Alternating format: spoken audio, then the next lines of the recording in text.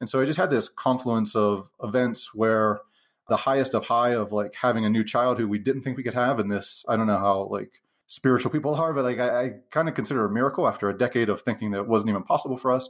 And at the same time, watching my cousin who kind of did everything right. And she was in the process of dying. And then, like I said, she actually passed a month before my daughter was born. And it really kind of made me just question everything and say, like, you only have one shot at life. You're listening to Financial Grown Up with me, certified financial planner, Bobbi Rebell, author of How to Be a Financial Grown Up. And you know what? Being a grown up is really hard, especially when it comes to money. But it's okay. We're going to get there together.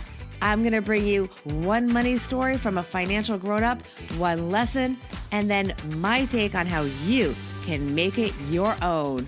We got this. Hey friends, you only get one shot at life.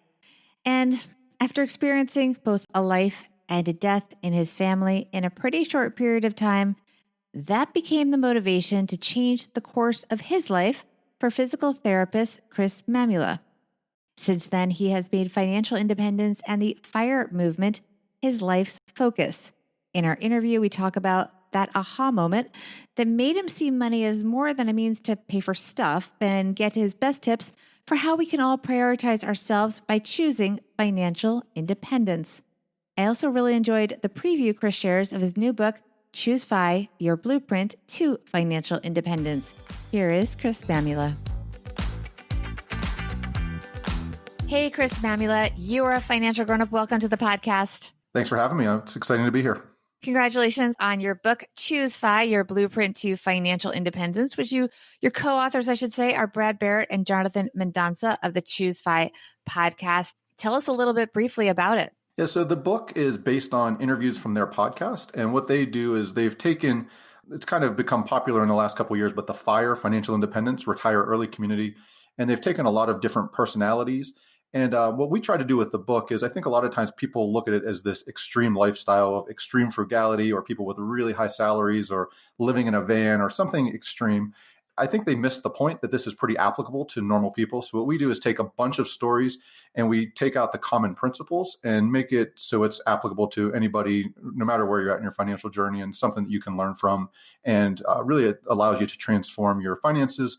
And in doing so, you can transform your life. We're going to circle back to the book, and I'm going to ask you later in the episode about how you would amend the book given the coronavirus pandemic. But first, I want to get to your money story.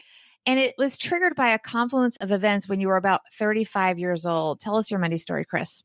Yeah, so it's kind of funny that I'm on the Financial Grown-Up Show because I spent like the first decade of my adult life doing everything to avoid being a grown-up. The only motivation I had at all for learning about finance was how to escape work. And I wanted to basically be a ski bum or a climbing dirtbag. And that was kind of my motivation in life. My wife and I, we were married right after I got out of grad school, and we didn't think we could have kids. And so we were just looking for a way to escape the normal lifestyle. We were kind of in the process of doing so. We were going to move west this was probably 2012. My wife had a job offer in Utah with a company that manufactures ski gear and climbing gear. And it was kind of like this dream thing. And I was just going to quit my job and we were going to wing it. And we had no idea what we were doing financially. And after a decade of thinking we couldn't have kids, we found out she was pregnant. And so that was the first shock. So we decided to kind of stay local where our family was so they could help us raise her and just have some support. And also so we could figure things out financially. And at the same time this was happening, my cousin and one of my favorite people in the world, she was diagnosed with cancer. And she had multiple kids. And so we were really involved with helping her and helping her family.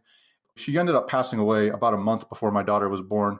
And so I just had this confluence of events where the highest of high of like having a new child who we didn't think we could have. And this, I don't know how like spiritual people are, but like I kind of consider it a miracle after a decade of thinking that it wasn't even possible for us.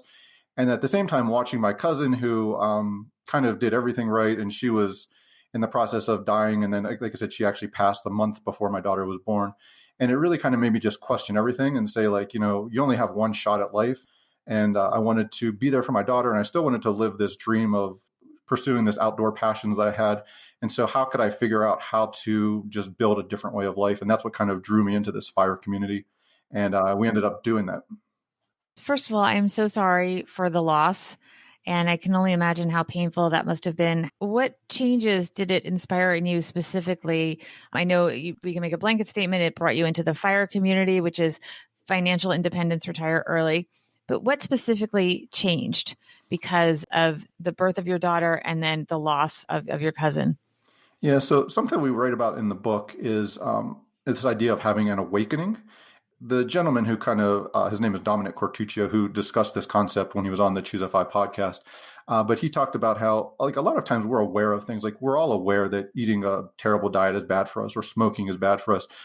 Awareness, though, generally doesn't drive people to change their behavior. And you need to have this like traumatic incidents to have an awakening. And I think for me, that awakening was just stepping back and these things that I've been avoiding for the first decade of like figuring out my finances and figuring out how to design a different way of life. It was always there. It wasn't like it wasn't out there, but I just never went looking for it. I don't think I was dissatisfied enough, I guess. And then when I saw, like, I had my daughter and I had this opportunity and I watched my cousin pass, and it kind of made me just get serious. And so I went out and I started finding this information. Like I said, it was there all along, but until I had the awakening to go pursue change and actually take action, I was just kind of drifting through life, and I was following really bad financial advice because I never questioned anything. I just always assumed that it was too hard for me and you needed an advisor, and I couldn't figure this stuff out. And what I found, it was really quite simple once I took the time to sit down and just devote a few hours to it. But I wasted a decade and really hundreds of thousands of dollars in fees and taxes by following bad advice because I never took the time to learn and to become a grown-up. And you were married at this time. Tell me about your wife's role in all of this. Was she on board right away? Had this been something that previously had caused friction in your marriage, the financial, maybe just not paying attention to your money? My wife and I, we were kind of always on the same page financially. A lot of people think that to become wealthy, you have to come from wealth. And we were definitely not that story. I think our biggest advantage is both of us came from fairly meager backgrounds financially.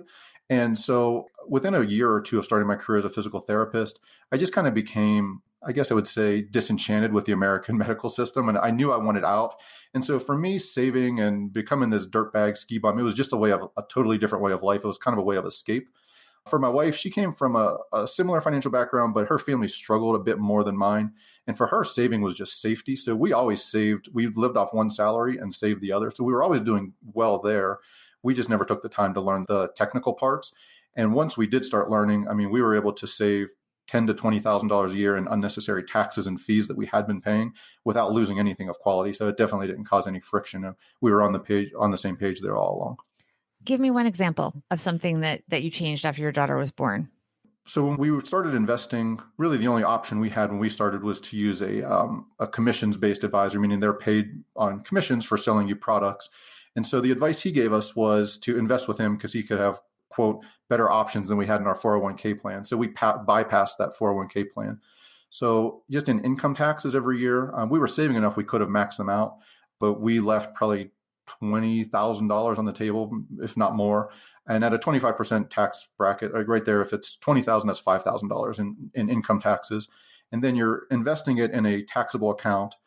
So there now you're going to start generating taxes on your investments, which would be protected if they were in that account. So now we're talking about extra taxes there. And then over time, those fees, because the account adds up, the fees that are charged on the assets in that account start to add up. So again, like it was between 10 to 20,000. I actually broke down in a blog post like how much we were paying, and it was $10,000 or $20,000 a year just for bad advice. And it wasn't like we did this one time or we got ripped off. It kind of made sense the way he talked. It made sense, and we bought into it, and we did this for a decade. All right, so that's obviously one lesson. Let's get into your lesson from the money story in general for our listeners. Yeah, I think the lesson there is I think a lot of people, they wait for that cancer diagnosis, the divorce, the death, something like that to kind of shock them into making changes. What I want to kind of convey and what we're trying to convey in the book is that you don't have to wait to have disaster strike to have this awakening. If you have this awareness and then you see that there is a different possibility on the other side and you know which steps to take, you can start to make change on your own. And that's really what we encourage people to do. And that's the lesson I would like to convey. I think that's an excellent lesson. Let's get into your money tip. You say, stop buying gifts and do this instead. Figure out what is that thing that lines up with your values. And so for us, it was travel. Instead of taking the time and the money to buy things for gifts. We really took that time and applied it to scheduling vacations and to plan vacations. And we took some big trips. So again, like I think a lot of people think fire is an extreme lifestyle where you give up everything. On our path to fire, we've been to Africa. We climbed Kilimanjaro and did a safari. We've been to Australia and dove the Great Barrier Reef. We've been to the Super Bowl. So we've done a lot of things that we valued. We value experiences and we value time together. So we spend our time on those type of things. So basically spend time together instead of just purchasing items. Yes. Well said. I want to talk briefly, go back to your book. As I mentioned earlier, I wanted to ask you, what chapter would you add to this book now that we are in this unique situation of the coronavirus pandemic? Look, the stock market initially went down, but as we are recording this, it is back to pre-pandemic levels. And I should mention, by the way, this book was released in 2019, late 2019. So that's pre-pandemic. What chapter would you add to the book at this point if you were writing it now? Yeah, so related to the pandemic, I don't think I would change anything at all. I think that even more so than ever right now, that this kind of really drives home the importance of not living paycheck to paycheck, not being vulnerable, not being drowning in debt where you can lose your house or you can lose your lifestyle because the world shuts down for 3 or 6 months. I think a lot of people thought the fire community was going away when this happened, when the stock market started dropping. I think this just reinforces the principles that we teach more than ever. And it shows the importance of being prepared. So I wouldn't change anything there. If I could add in one thing related to other current events with the whole racial environment in the world right now. Before the book came out, when I announced it on my blog, the one thing I wish we could have done differently is with this book, we really wanted to make this concept of fire accessible to people that maybe started saving late and they saw people retiring in their 30s and say, how does this apply to me? Well, it applies absolutely if you can save in that decade from 20 to 30 or 50 to 60. And it applies to lower earners and higher earners. And we tried to have different stories in the book.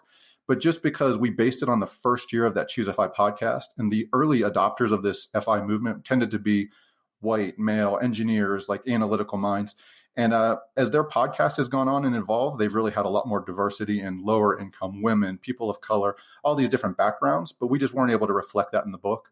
Well, I'm glad you brought that up. Where can people find out more about you, the book, the podcast, and all the social media connections? Yeah, so I'm not very active on social media, but the best place to find me is at my blog. It's caniretireyet.com. And I'm very responsive there if anybody wants to reach out. And I would love if people would check out the book. The book is Choose FI, Your Blueprint to Financial Independence. And it's available on Amazon or anywhere you would buy books. Thank you so much.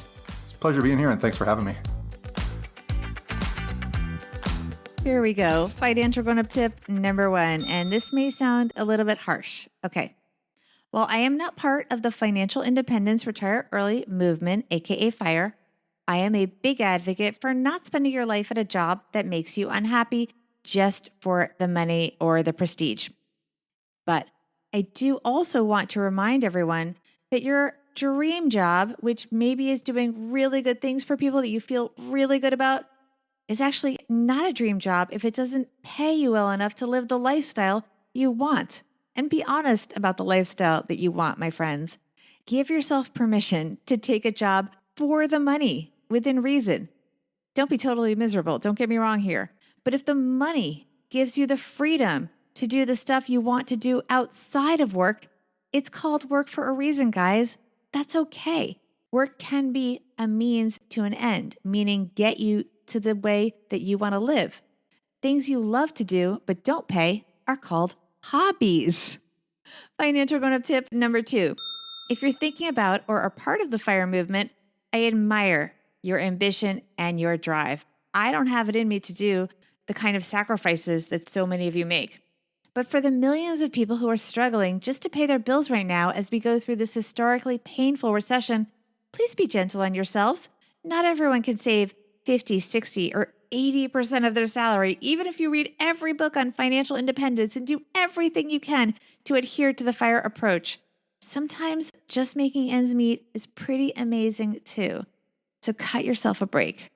On that note, you guys are amazing, and I've loved doing 299 episodes so far of this podcast for you. All I ask is that you take a few minutes and leave a review on Apple Podcasts or on any format that you're using. any channel you're using to listen to this, and maybe recommend this podcast to a friend. I'm trying to grow my audience, and if we're being honest, it's hard to get discovered. Please help people discover the Financial Grown Up Podcast. Separately, DM me your thoughts, and please follow me on Instagram at BobbyRebel1 and on Twitter at BobbyRebel. I would love to hear from you guys, and definitely go to my website for the show notes, BobbyRebel.com. You can also get on the Grown Up list for free on my website. Best wishes and big thanks to author Chris Mamula of ChooseFi, your blueprint to financial independence, for helping us all be financial grown-ups.